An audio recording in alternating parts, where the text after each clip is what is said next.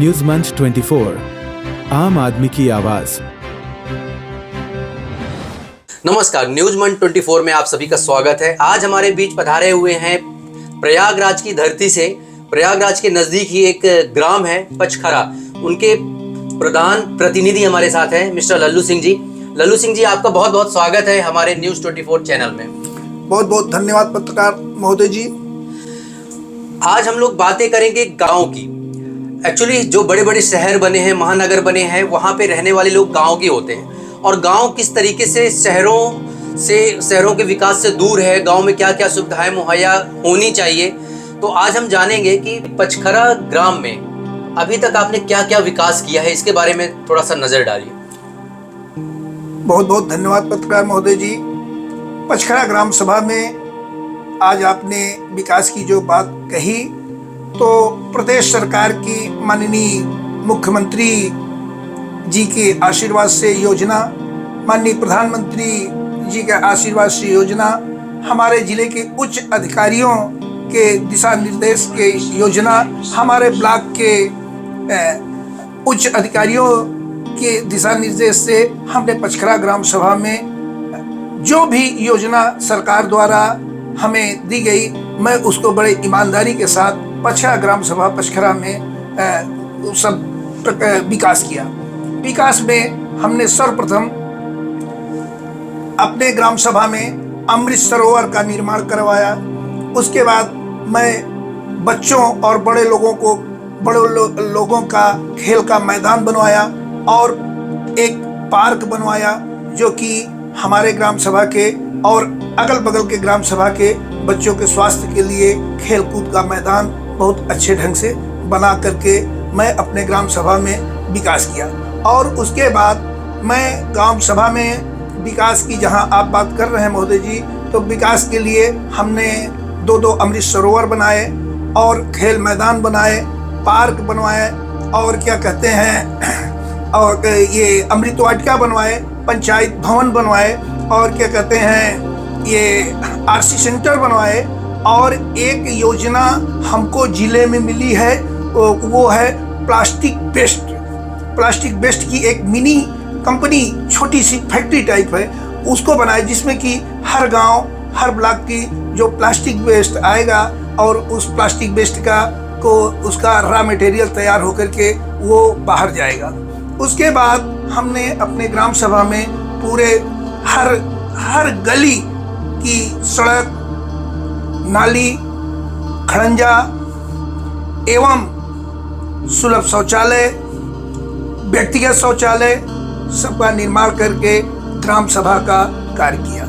उसके बाद आप आ जाइए, स्कूल में हमने मुख्यमंत्री अवार्ड हमें मिला।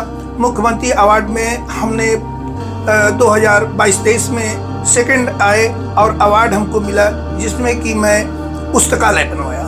पुस्तकालय के बाद वो पुस्तकालय हमारा संचालित हो रहा है और गांव सभा के हमारे बड़े बुजुर्ग बच्चे सब आकर के पुस्तकालय में बैठते हैं और अच्छी पुस्तकें हैं, ज्ञान की पुस्तकें हैं, धर्म की पुस्तकें हैं, सब लोग अध्ययन करते हैं और ग्राम सभा का विकास होता है।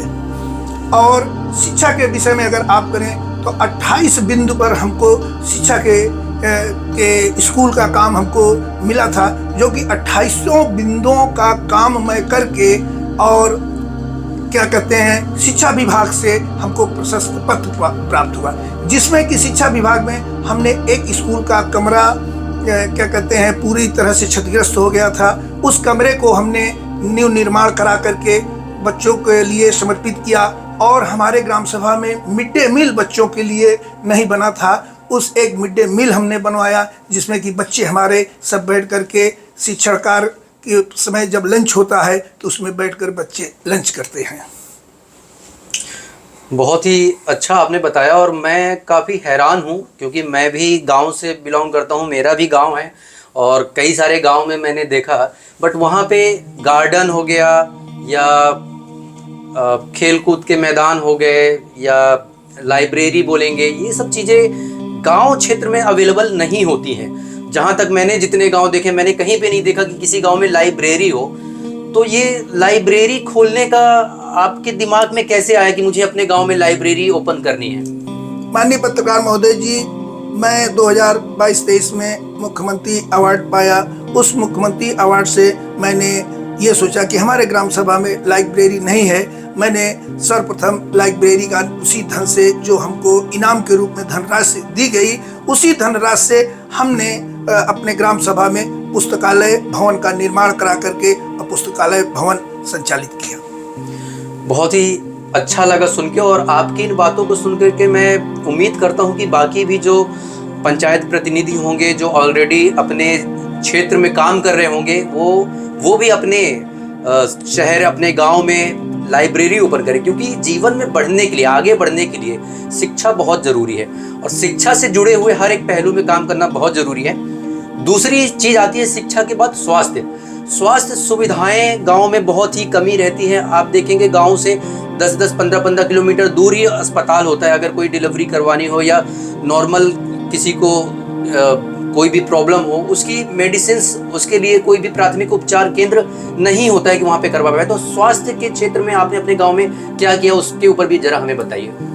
स्वास्थ्य के विषय में पत्रकार महोदय जी, हमने अपने खेल मैदान में सर्वप्रथम स्वास्थ्य के लिए जिम सेंटर बनवाया, जिसमें कि उसमें जिम की जितने भी स्वास्थ्य के लिए उपयोगी होती है, हेल्थ के लिए पूरे वहाँ पर जो भी खेल कूद के मैदान में क्या कहते हैं उसका पार्ट होता है, पूरा लगवा करके जिम सेंटर वहाँ पर संचालित किया।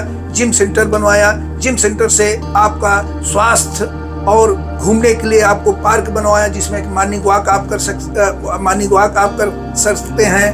और उसके बाद उससे भी अगर आपका स्वास्थ्य नहीं अच्छा होता तो हमने एक क्या कहते हैं ये राजकीय औषधि होम्योपैथिक अस्पताल अपने पुस्तकालय भवन में आधा पुस्तकालय का पार्ट करा करके वहाँ पर बहुत अच्छे डॉक्टर के द्वारा हमने डॉक्टर साहब को लाए, और डॉक्टर साहब स्वास्थ्य के लिए पूरे ग्राम सभा से लेकर के 10, 20, 50 ग्राम सभा के लोग आते हैं और अपने स्वास्थ्य संबंधी जो अस्वस्थ रहते हैं वो अपना दिखाते हैं, और डॉक्टर साहब अच्छी से अच्छी दवा देते हैं और सब स्वस्थ होकर के जाते हैं। एक बार फिर से आपने मुझे अचंभित कर दिया। अभी पहले आपने बताया कि आपने तो लाइब्रेरी ओपन कर दी, इसके अलावा आपने ओपन जिम भी ओपन किया हुआ है, जो कि मुझे लगता है शायद महानगरों में ही ओपन जिम कॉन्सेप्ट है, और उसे आप गांव तक लेकर के गए, ये बहुत ही काबिल तारीफ है। सो इसके लिए प्रेरणा आपको कहाँ से मिली? आप किसी महानगर में गए, वहाँ पे आपने देखा तो आपने ऐसा सोचा कि नहीं ये मेरे गाँव में भी होना चाहिए, या कोई जो खेल कूद करने वाले या जिम जाने वाले लोग हैं, बच्चे हैं वहाँ के गांव के, उन्होंने आपसे इसके लिए रिक्वेस्ट किया? किसकी प्रेरणा पे, कैसे आपको ये लगा कि मैं ओपन जिम अपने गांव में ओपन करूं? ये ओपन जिम के लिए जो हमारे प्रदेश के मुखिया हैं, माननीय मुख्यमंत्री जी के आशीर्वाद से ओपन जिम के लिए पूरे उत्तर प्रदेश में हर गांव में ओपन जिम, खेल कूद का मैदान के लिए उन्होंने वहाँ से आदेश दिया। फिर वो आदेश हमारे जिले के उच्च अधिकारियों के पास आया। उच्च जिला अधिकारियों के द्वारा हमें ये ब्लॉक आया। अब ब्लॉक के उच्च अधिकारियों के द्वारा उस योजना को हमें बताया गया। फिर हम पत्रकार महोदय हर जगह जब जाते थे तो देखते थे बड़े बड़े शहरों में कि ओपन जिम लगा है, लोग जिम करते हैं और लोग अपना स्वास्थ्य बनाते हैं।